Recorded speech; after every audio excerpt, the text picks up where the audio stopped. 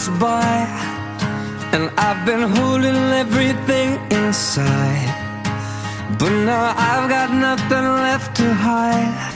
I just was praying the whole way because I knew that there were going to be players that needed me, that needed my message, and sure enough, that was the case. I had a player come up to me and say, now because of the way that you asked us to envision our woman that we respect the most, you know, it's my mom, I recognized that I wasn't treating other women the way, with the respect that I treat her. And then I had a couple of guys come up and tell me about the things they want to do to set the world on fire with their good deeds, and it's just been nothing short of amazing. And this is why I fight so hard. This is why I drove 4 hours from one airport to another today to be here, because I know the impact that this talk can have and that it has on young men's lives and it has across the country. And when I got here, they were so receptive, but there were a couple that just locked eyes with me, and they never, ever, ever like let me out of their vision. And I knew they were speaking to their soul from the very beginning to the very end. And I'm just, I feel so blessed and fortunate. Well, a lot of things stood out to me, but on a more personal note, when she mentioned about the other players who had autistic, I guess, brothers and sisters, because I have a Down syndrome brother, it kind of like sparked my attention the most out of the speech, and I was really in tune to what she was talking about after that. Start using this and the part and the platform for something good. Okay. Being able to persevere, through tough times, and it's not only about you; it's about everybody else around you, and impacting other people's life. Because, like I said before, this platform gives you, so much, and to be able to impact other people's life, it's important to make sure that you know how important it is to them and how much it means to them. I ask them to respect, protect, and cherish. That's a big one. And then I want them to find their higher purpose. I want them to walk into everything that they were created to be, and being king, and that means being a king in every facet of their life. And so once you do that, then you start to find your calling in life. And what I want them to do is find their purpose and their passion beyond football, and just use football as a platform to be able to change the world. It's been miraculous. Probably about as powerful a way to paint that picture for young men as there is. It does nothing but bring people together, particularly when you talk about sensitive issues. And I guarantee you that you got 105 guys in here and 20, 30 coaches. They've seen a lot of different things. Some of them they probably aren't proud of, and or they're in a family where there's issues, and to move on in life and as she said, become a king and commit to doing the right thing, and defining what character is, and it's how you behave when nobody's looking at you, and when that happens, I think it's a real life lesson for not just a team but individuals also. I think the most important thing was knowing that we have more to offer. Just in being football players and college athletes, we're on a big time platform, and a lot of people see us every day and through social media and whatnot. But just knowing that it's most importantly to be remembered as a person, and every interaction you have with a fan, your teammates, anybody, you want them to remember you as the person you are, not just a football player. So I think that's the biggest thing that I took away from today. And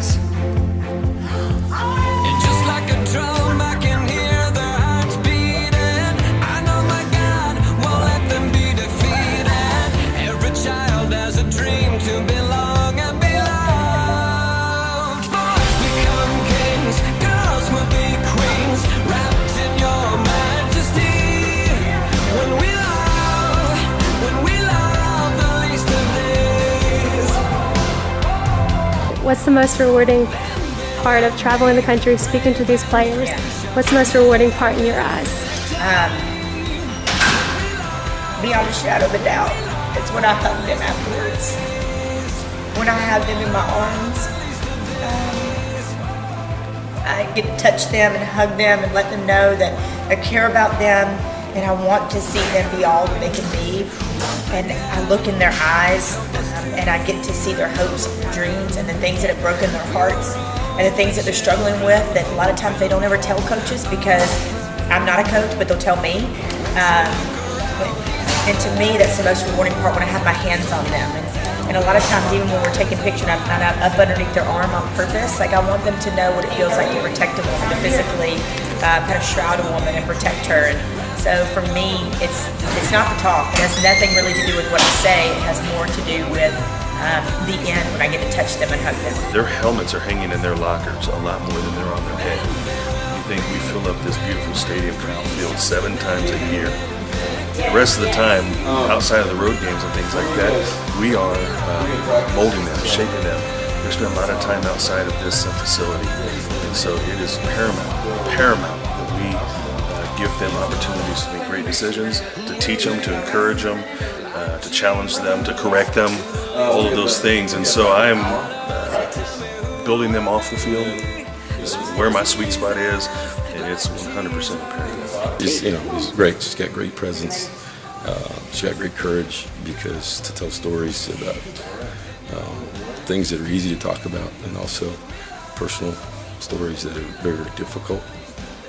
Maintain composure, but create feeling, and bring the crowd in emotionally, and take them to a place that maybe they weren't when they came in the room, and then and to walk out of here and have that many people come up and hug her and grab a bracelet. I think that says it all. Being a king, well, I guess the main thing is like respecting women, because that's what kings should do, and just accountability, making sure that you're doing the right thing, and if you see someone doing the wrong thing, checking them on that, that would help, I guess, one become a king in a sense, on and off the field and in life. You talked about kids looking up to these players. Yeah. Could you tell me what you hope they see when they look into the players? I hope it's a great question. I hope they see a king in every facet of their life. I hope they see a man that they want to emulate, that they want to aspire to be like. I hope they see a man who is operating in every ounce of his calling. I hope they see a man who sets the world on fire with his good deeds. I hope they see a man who's walking with purpose, that respects women, that would be the first to step in if somebody was disrespecting or abusing or just not cherishing a woman. I hope they see a king, quite simply.